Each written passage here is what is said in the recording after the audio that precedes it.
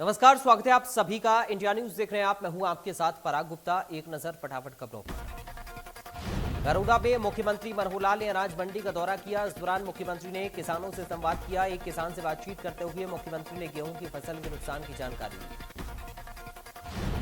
मुख्यमंत्री ने किसान से फसल की पैदावार, मौसम से हुए नुकसान को लेकर बातचीत की। इसके साथ ही मुख्यमंत्री ने मंडी में मौजूद गेहूं की फसल को भी जांचा। इस दौरान मुख्यमंत्री ने किसानों से मंडियों में फसल सुखाकर लाने की अपील की। इसके साथ ही उन्होंने मई तक किसानों के खराब फसलों का मुआवजा देने का आश्वासन भी दिया। सीएम ने कहा कि लस्टर लॉस की छूट किसानों को जरूर मिलेगी। पोर्टल में दोबारा खुलवाया गया। अब बिक्री शुरू होने के बाद ई पोर्टल से ई प्रोक्योरमेंट हो जाएगी। लस्टर लॉस की फाइनल होने के बाद हैफिड पेमेंट प्लीज करेगी। सीएम ने कहा कि सरसों में थोड़ा ज्यादा नुकसान हुआ। मंडियों में स्पेशल गिरदावरी खेतों की कार्रवाई है। मंडी में आवक के आधार पर एरिया वाइज नुकसान का मुआवजा मिल जाएगा। कृषि मंत्री जेपी लाल ने भी गरुड़ा अनाज मंडी में पहुंचकर गेहूं की खरीद तैयारियों का जायजा लिया। इसके साथ ही कृषि मंत्री जेपी लाल ने मंडी अधिकारियों को खरीद को लेकर दिशा निर्देश दिए। इस दौरान कृषि मंत्री जेपी लाल ने कहा कि किसानों को गेहूं की खरीद में किसी तरह की कोई परेशानी नहीं आने दी जाएगी।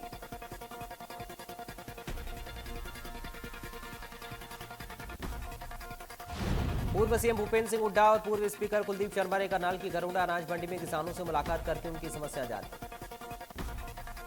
इस मौके पर हुड्डा ने कहा कि बीजेपी सरकार किसान विरोधी है और जानबूझकर किसानों को पोर्टल में उलझाकर फसल खरीदने से बच रही है।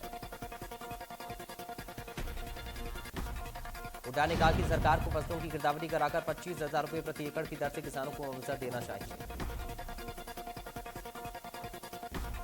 पूर्व स्पीकर कुलदीप शर्मा ने कहा कि सरकार ने किसानों और आड़ती सब परेशान। मंडियों में एमएसपी पर सरसों की खरीद नहीं हो रही है, जिसके चलते प्रदेश का किसान भयावह दौर से गुजर रहा है। कृषि मंत्री जेपी लाल ने गोहाना अनाज मंडी का गेहूं और सरसों की खरीद को लेकर दौरा किया। जेपी लाल ने कहा कि हम किसानों के साथ खड़े हैं। जो किसान का नुकसान हुआ उसकी सरकार उचित मुआवजा देगी। जेपी लाल ने कहा कि नमी की वजह से गेहूं सरसों की खरीद नहीं हो पाई थी, जल्द खरीद शुरू होगी। उन्होंने कहा पोर्टल सरकार ने कालाबाजारी बंद करने के लिए बनाया है, इससे किसानों को फायदा होगा। भिवानी पहुंचे कृषि मंत्री जेपी लाल ने किसान हित में कांग्रेस को खुली बहस की चुनौती दी। उन्होंने कहा कि किसानों का भला बीजेपी से ज्यादा किसी ने नहीं किया। जेपी लाल ने कहा कि दीपेंद्र हुड्डा को किसानों से माफी मांगनी चाहिए। बोले किसानों के सारे राजनीति न करे कांग्रेस के समय में किसानों की हालत खराब थी। गेहूं की खरीद न होने को लेकर कांग्रेस के प्रदेश अध्यक्ष उदयवान ने कहा कि कई जिलों की मंडियों में अभी तक खरीद नहीं हो पाई शुरू। ऐसे में किसान अपनी फसल प्राइवेट एजेंसी को औने पौने दाम पर बेचने के लिए मजबूर। उन्होंने कहा किसान के लिए मंडियों में कोई सुविधा नहीं। उदयवान ने कहा कि बीजेपी खुद को किसान हितैषी कहती थी, आज किसानों को भी पता चल गया कि वो उनकी कितनी हितैषी है। मुख्यमंत्री मनोहर लाल ने कोरबा के चौरासी गुरुद्वारा साहिब में संत मान सिंह के अंतिम दर्शन कर उन्हें श्रद्धांजलि दी। मुख्यमंत्री ने कहा कि संत मान सिंह ने शिक्षा, चिकित्सा समेत सभी क्षेत्रों में जो काम किया उसकी कोई मिसाल नहीं है। सीएम ने कहा कि संत मान सिंह के कामों की जितनी भी सराहना की जाए वो कम है। उन्होंने कहा कि संतों की वाणी अमर होती है। शास्त्रों में भी उल्लेख है कि शरीर नश्वर है लेकिन ज्ञान अमर होता है। मुख्यमंत्री मनोहर लाल ने पानीपत में अंसल सिटी स्थित जैन स्नातक में आयोजित कार्यक्रम में शिरकत की। इस दौरान मुख्यमंत्री ने दिव्यांगजनों को कृत्रिम अंग भी वितरित किए। सीएम ने कहा प्रदेश की सरकार ने पिछले 8 सालों में दिव्यांगजनों को करीब 8 करोड़ रुपए के कृत्रिम उपकरण वितरित किए हैं। दिव्यांगजनों के लिए रेड क्रॉस की ओर से चलाए जा रहे 15 केंद्रों का सारा खर्च भी सरकार उठा रही है। सीएम ने कहा इसके साथ ही सरकार ने 45 बाल आश्रम अनाथालय भी चलाए हैं, जिनमें अनाथ बच्चों के लिए 18 साल तक शिक्षा का प्रावधान रखा गया है। स्वास्थ्य मंत्री अनिल विज ने अंबाला कैंट नगर परिषद का औचक निरीक्षण किया। चल रहे काम का जायजा लिया। इस दौरान अंबाला कैंट पर बन रहे फायर स्टेशन की बिल्डिंग का काम रुकने से अनिल विज नाराज हुए। अनिल विज ने सभी अधिकारियों की बैठक भी ली। उन्होंने उन्हें समय पर कैंट के प्रोजेक्ट पूरा करने के निर्देश दिए। इस दौरान लोगों ने बीपीएल राशन कार्ड कटने की बात कही, जिस पर प्रशासन से कार्रवाई करने के निर्देश दिए।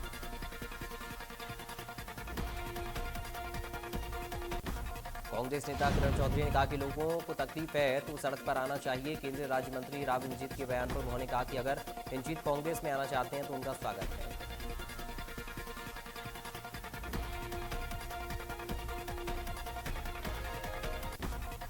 इस दौरान किरण चौधरी ने कहा कि मेरे लिए मेरा सम्मान सबसे बड़ा है, इसलिए मैं वहीं जाती हूं जहां मुझे बुलाया जाता है।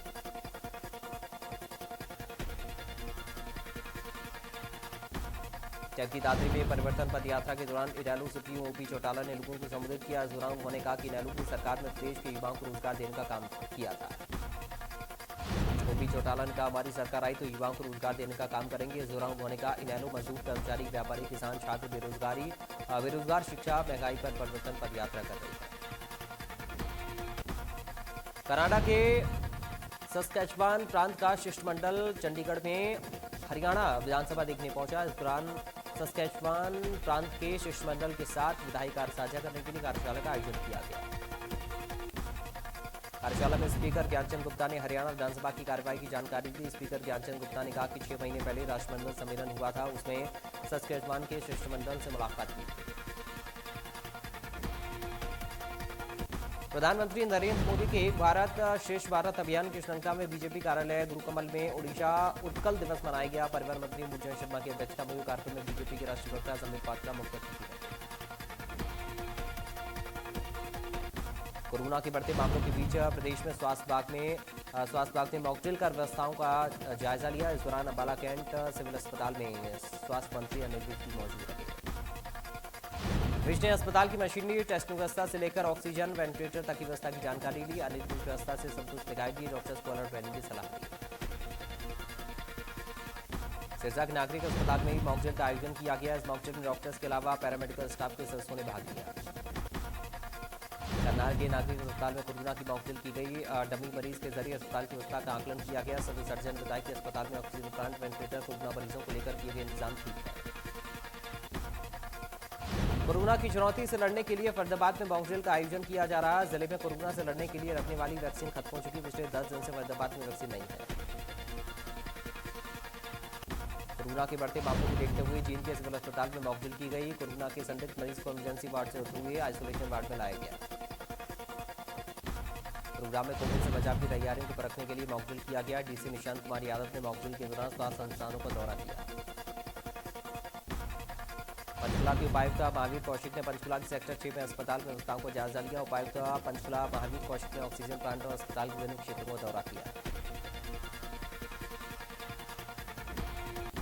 कोविड से निपटने के लिए रेवाड़ी स्वास्थ्य विभाग मॉकड्रिल का आयोजन किया, जिसमें नागरिक अस्पताल के ऑक्सीजन प्लांट से लेकर आईसीयू, वेंटिलेटर संसाधनों को परखा गया। कुरुक्षेत्र के लोकनायक जयप्रकाश अस्पताल में कोरोना पर मॉकड्रिल की गई। पीएमओ डॉक्टर अनुपमा सिंह ने जनता से अपील की सोशल डिस्टेंसिंग की पालना के साथ मास्क जरूर लगाएं। फरीदाबाद में भी कोरोना को लेकर मॉकड्रिल की गई। इस दौरान सिविल अस्पताल में अलग से कोरोना वार्ड बनाया गया। एक डमी मरीज का इलाज किया गया। लगातार कोरोना के केस बढ़ने को लेकर स्वास्थ्य विभाग ने सार्वजनिक स्थानों पर मास्क लगाना अनिवार्य कर दिया, लेकिन सोनीपत के अस्पताल में लोग लापरवाही बरत रहे हैं। बारिश और ओलावृष्टि से गेहूं में आई लस्टर लॉस को लेकर केंद्र सरकार ने छूट दे दी है। बता दें, लस्टर लॉस के चलते मंडियों में गेहूं की खरीद नहीं हो पा रही थी। प्रदेश की सरकार ने केंद्र सरकार से लस्टर लॉस में छूट देने की मांग की थी।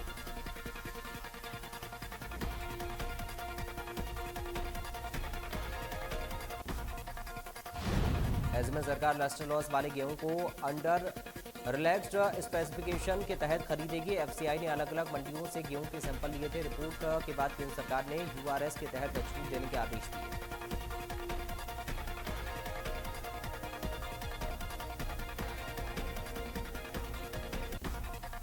कैथल में 10वें दिन भी गेहूं की खरीद न होने से किसान नाराज। खरीद शुरू होने का इंतजार करते हुए किसानों का गुस्सा फूट पड़ा। किसानों ने अपना विरोध जताते हुए हाईवे जाम कर दिया। किसानों का कहना है कि नमी के नाम पर गेहूं की खरीद नहीं की जा रही। मंडी में किसानों का गेहूं खुली में पड़ा हुआ। किसान खरीद शुरू होने का इंतजार कर रहे हैं, लेकिन खरीद नहीं हो रही। प्रदेश की मंडियों में 1 अप्रैल से गेहूं की खरीद शुरू हो चुकी है, लेकिन बारिश होने की वजह से गेहूं की फसल नम हो गई। इस दौरान मंडियों में गेहूं की आवक में देरी है। शुरुआती दौर में गेहूं की 3 से 4 हजार कुंटल की आवक हुई। समर्थन मूल्य की बात करें तो 2125 रुपये प्रति कुंटल के हिसाब से अन्नदाताओं का पीला सोना खरीदा जा रहा है। पंचकुला के सेक्टर 25 में आयुष विभाग हरियाणा ने जिला पंचकुला में विश्व होम्योपैथिक दिवस के उपलक्ष्य में एक कार्यक्रम का आयोजन किया। कार्यक्रम में पंचकुला के एसडीएम ममता शर्मा और जिला आयुष विभाग अधिकारी डॉक्टर दिलीप कुमार मौजूद रहे। इस कार्यक्रम में लोगों को होम्योपैथी से होने वाले लाभ की जानकारी दी गई।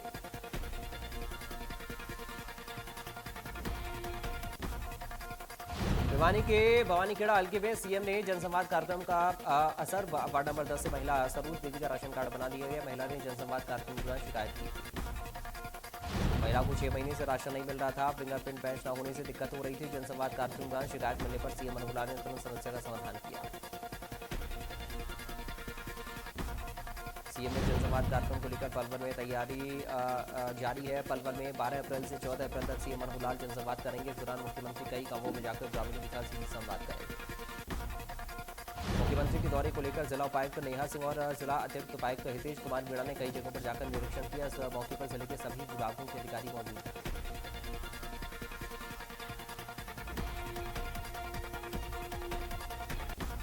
जज्जर के खाप प्रधान पर हमले को लेकर पंचायतें लामबंद हो गई हैं। आरोपियों की गिरफ्तारी में देरी को लेकर खाप पंचायत नाराज। एसपी से मिलकर 15 दिन का अल्टीमेटम किया।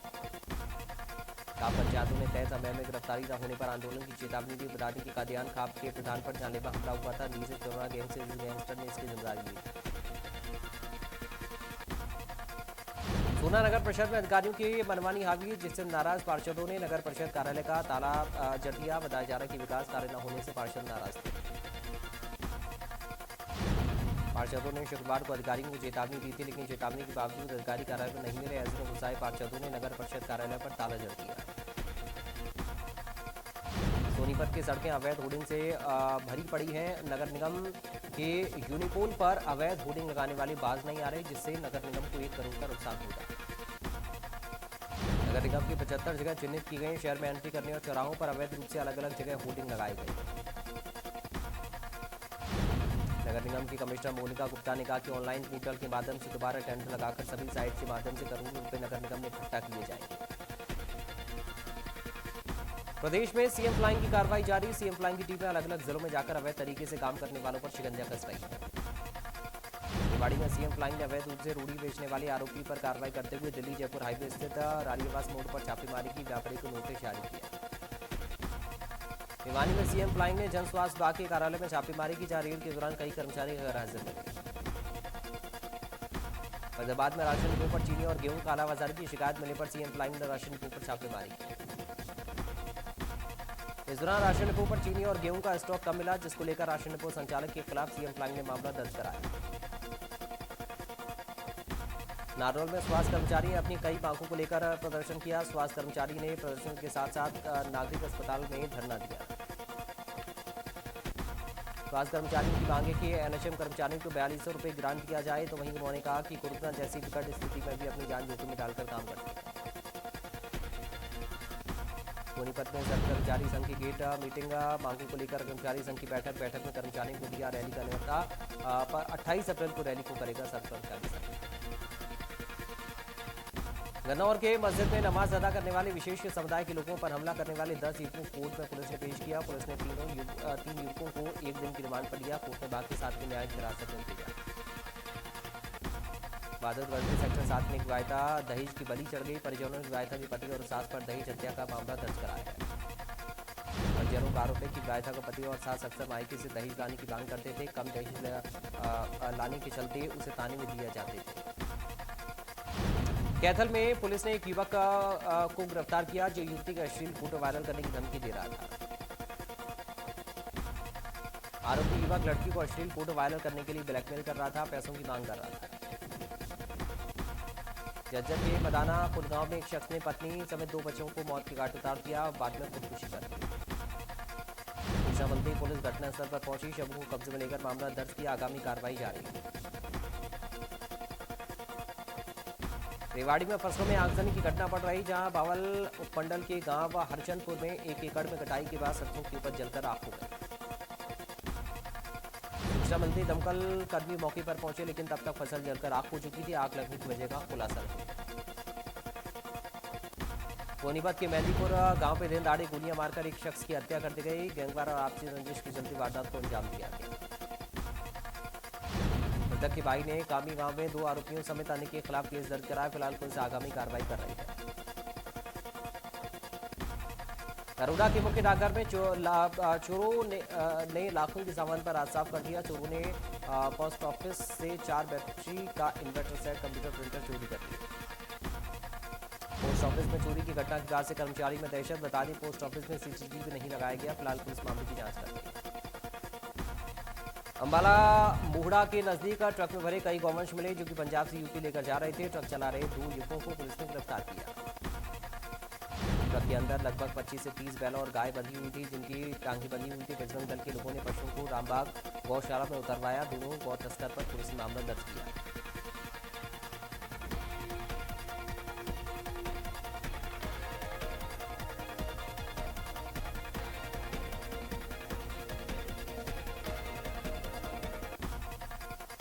चीन के साथ चल रहे गतिरोध के बीच अमेरिका भारत के विशेष सैन्य बल अग्रिम क्षेत्र में लाखों वाहनों के संचालन को लेकर प्रशिक्षण केंद्रों में युद्धाभ्यास।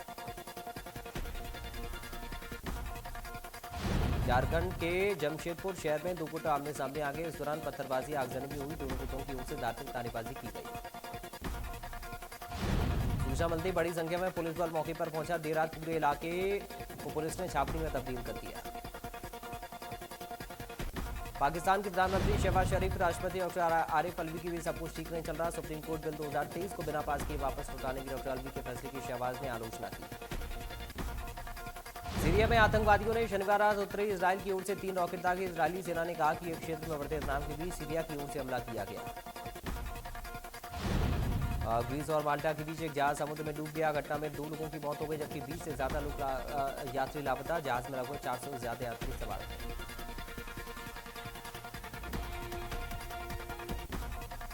ताइवान के राष्ट्रपति के अमेरिका दौरे से चीन और ताइवान में काफी तनाव बढ़ गया। इस दौरान ताइवान के आसपास चीन के 71 सैन्य विमान और 9 जहाज दिखे। ईस्टर पर शांति के लिए प्रार्थनाओं के बीच भी यूक्रेन पर गोले बरसे। इस गोलीबारी की घटनाओं में 7 नागरिक मारे गए, कई घायल। फ्रांस के आल्प्स में माउंट ब्लॉन्क के दक्षिण पश्चिम में हिमस्खलन से 4 लोगों की मौत हो गई, 9 अन्य घायल। इसकी जानकारी फ्रांस के गृहमंत्री गेराल्ड डर्मेन ने ट्वीट कर दी।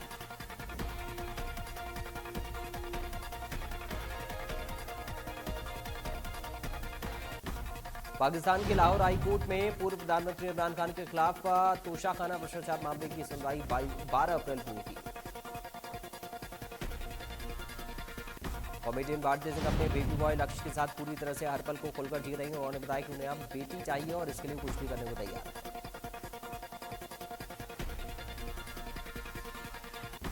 एक्टर धर्मेंद्र की उम्र 87 साल हो चुकी है लेकिन फिटनेस से लेकर फुर्ती और जोशीला अंदाज के मामले में हर किसी को हैरान कर रहे हैं। इसके साथ ही रोजाना अपने स्विमिंग पूल में एक्वा एक्सरसाइज और वाटर एरोबिक्स भी करते हैं। अनिल कपूर ने अपने इंस्टाग्राम हैंडल पर अपने वर्कआउट सेशन का वीडियो शेयर किया। इस वीडियो में अभिनेता ने -110 डिग्री सेल्सियस में ऑक्सीजन के समर्थन से वर्कआउट किया।